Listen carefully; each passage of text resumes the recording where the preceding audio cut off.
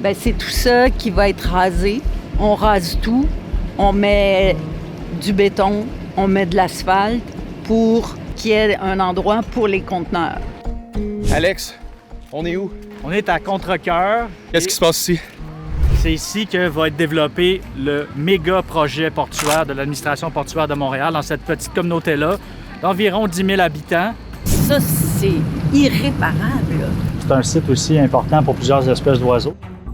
Puis le projet du port de Contrecœur, il a bénéficié du nouveau projet de loi, le projet de loi fédéral C5. Le port de Contrecœur est considéré comme un projet d'intérêt national. De projet d'intérêt national pour diversifier le commerce. Ce projet-là, idéalement, a besoin d'autorisation en vertu de la loi sur les espèces en péril. Et pour obtenir ces autorisations-là, la voie la plus simple pour le gouvernement fédéral, c'est vraiment de passer par ce projet de loi-là qui permet de contourner les dispositions qui protègent justement les espèces en péril. On s'en va avec une représentante de la Vigie du port de Contrecœur. C'est un groupe militant qui s'oppose au projet. On va faire un tour de bateau avec eux autres. Ils vont nous montrer l'endroit qui va être affecté par le projet de port. Alors, si vous voyez l'ensemble du port de Montréal, bien, c'est 60 qui serait ici à Contrecœur. Ça donne une idée là, de la grosseur. Ce qu'on voit là, c'est une zone naturelle avec des arbres matures, il y a des milieux humides sur le terrain, il y a plusieurs espèces d'oiseaux également qui nichent dans ce secteur-là.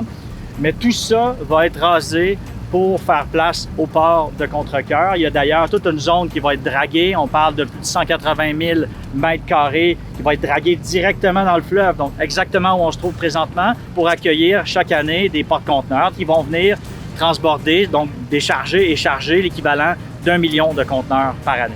Pour Ellen Reeves, le projet ne mérite pas de passe-droit environnemental sous prétexte qu'il pourrait aider l'économie canadienne. Les objectifs de C5, c'est de développer une économie où on est plus autonome au Canada pour pas avoir une dépendance avec les États-Unis en créant plus de trafic maritime. Donc, on développe une dépendance avec encore des pays étrangers. Avec les importations, vous voulez dire? Oui, avec les importations. De son côté, le port de Montréal justifie que cette expansion est nécessaire parce que ses installations actuelles arrivent à pleine capacité. L'entreprise assure qu'elle a tout prévu pour compenser les impacts environnementaux du projet. Déjà, le gouvernement du Québec et le gouvernement du Canada ont promis des centaines de millions de dollars de financement. Certains citoyens et citoyennes s'inquiètent notamment des impacts pour le réseau routier, des impacts aussi plus globalement pour la santé publique, en termes d'émissions polluantes potentielles de ce projet-là. On s'attend à ce que donc il y ait des impacts. Pour l'instant, il y a encore quand même beaucoup de questions sans réponse.